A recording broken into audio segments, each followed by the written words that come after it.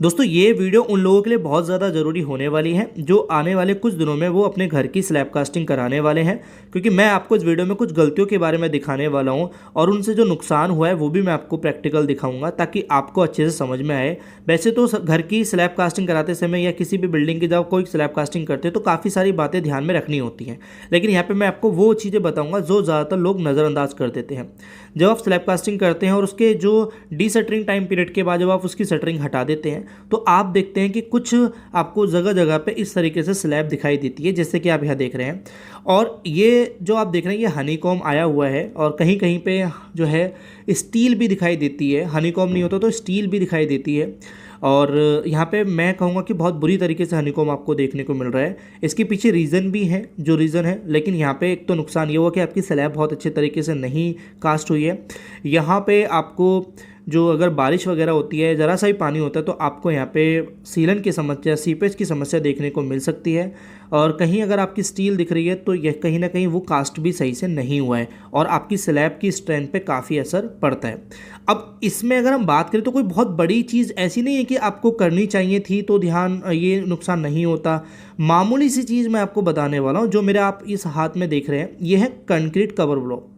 जब आप कोई भी आप देखते हैं स्लैब डालते हैं या कॉलम बनाते हैं या बीम देते हैं तो हमें ये देना होता है ताकि हमें उसमें एक सरफेस यानी कह लीजिए कवर प्रोवाइड करना होता है कंक्रीट का।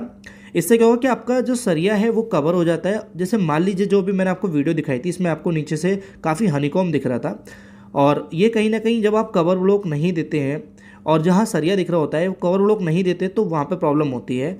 और जब आप कास्टिंग कर रहे होते हैं तो उसमें आपको कंक्रीट वाइब्रेटर भी लगाना बहुत ज़्यादा ज़रूरी होता है। ये दो चीज़ें मैं आपको सजेस्ट करूँगा कि कभी भी आप गलती से भी ना भूलें।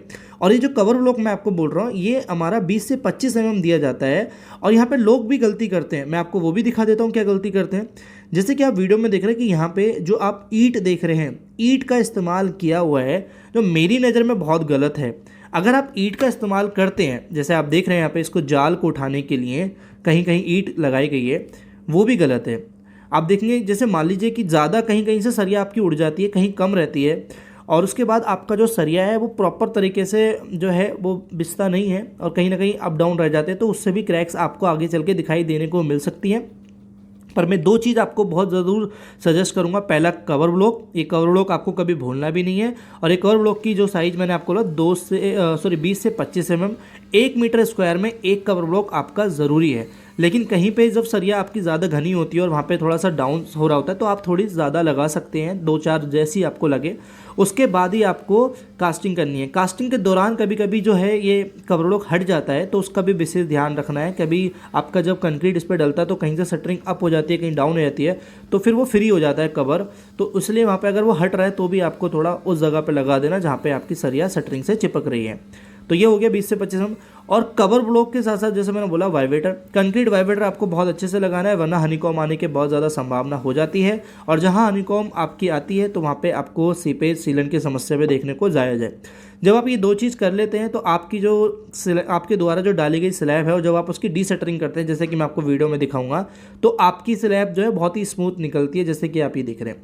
यहाँ पर आपको कवर बड़ी सही से लगाया गया, यहाँ पे आपको कंक्रीट वाइब्रेटर भी सही से इस्तेमाल किया हुआ है, तो आपको स्लैब कुछ इस तरीके से दिख रही है जो मैंने वीडियो में शुरू में दिखाई थी और इसमें दिखाई। ये जो देख रहे हैं इसमें आप अंतर साफ साफ आपको चमक रहा होगा, तो ये तो बहुत ही क्लियर है। तो यहाँ पे मैं कहूँगा कि ये दो चीज़ आप बिल्कुल भी ना भूलें। बाकी बहुत सी चीज़ें हैं, आगे भी हम वीडियो डालेंगे और भी पुरानी वीडियो डालेंगे जो स्लैब कास्टिंग को लेके हैं, तो जाके विजिट करें और देखें उनको। वीडियो अच्छी लगी वीडियो को लाइक करना, चैनल को सब्सक्राइब करना। आपका कोई सवाल है तो कमेंट में टाइप करना, मैं पूरी कोशिश करूँगा उसको जवाब देने की। Thank you.